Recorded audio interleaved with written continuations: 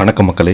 இந்த வீடியோவில் நம்ம என்ன செய்தி பார்க்க போகிறோம்னா, உடல்நலம் பற்றி திடீரென வதந்தி, நகைச்சுவை நடிகர் கவுண்டமணி கமிஷனர் அலுவலகத்தில் பரபரப்பு புகார், இணையதளத்தில் வைரலாகும் செய்தி. வாங்க என்ன தகவல் என்ன செய்தின்னு இந்த வீடியோவில் விரிவாக பார்க்கலாம்.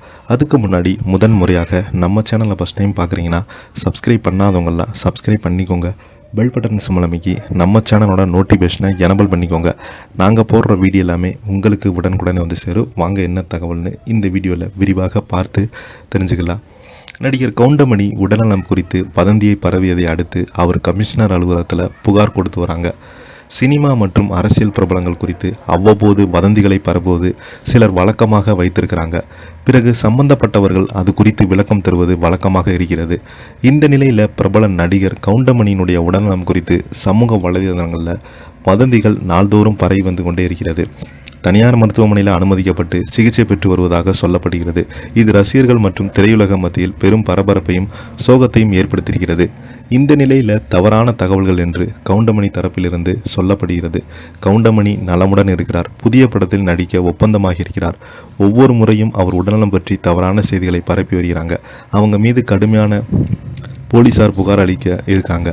அவர் பற்றி தவறான தகவலை வெளியிட்டுள்ள யூடியூப் சேனல் அந்த தகவலை உடனடியாக நீக்க வேண்டும், இல்லை என்றால் சட்டப்பூர்வமான நடவடிக்கை எடுக்க வரும் என்று நடிகர் கவுண்டமணி தரப்பில் தெரிவிக்கப்பட்டிருக்கிறாங்க.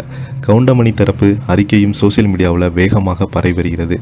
இந்த நிலையில் தனது உடல்நலம் குறித்து வதந்திகள் பரப்பிய யூடியூப் சேனல் மீது கடும் நடவடிக்கை எடுக்க வேண்டும் என்று நடிகர் கவுண்டமணி வழக்கறிஞர் சார்பில் கமிஷன் அலுவலகத்தில் புகார் கொடுக்கப்பட்டுள்ளது. தன் குடும்பத்துடன் நன்றாக இருப்பதாகவும் இது போன்ற வதந்திகள் நிம்மதி கெடுப்பதாகவும் அவர் தெரிவித்திருக்கிறார். தொடர்ந்து பார்த்தீங்கன்னா சினிமா துறையில் கவுண்டமணி மட்டுமில்லாமல் பல்வேறு நடிகர்கள், அரசியல் தலைவர்கள், நடிகைகள் எல்லோருக்குமே பார்த்தீங்கன்னா இந்த மாதிரி வதந்திகளான செய்திகளை பரப்பிட்டு வராங்க.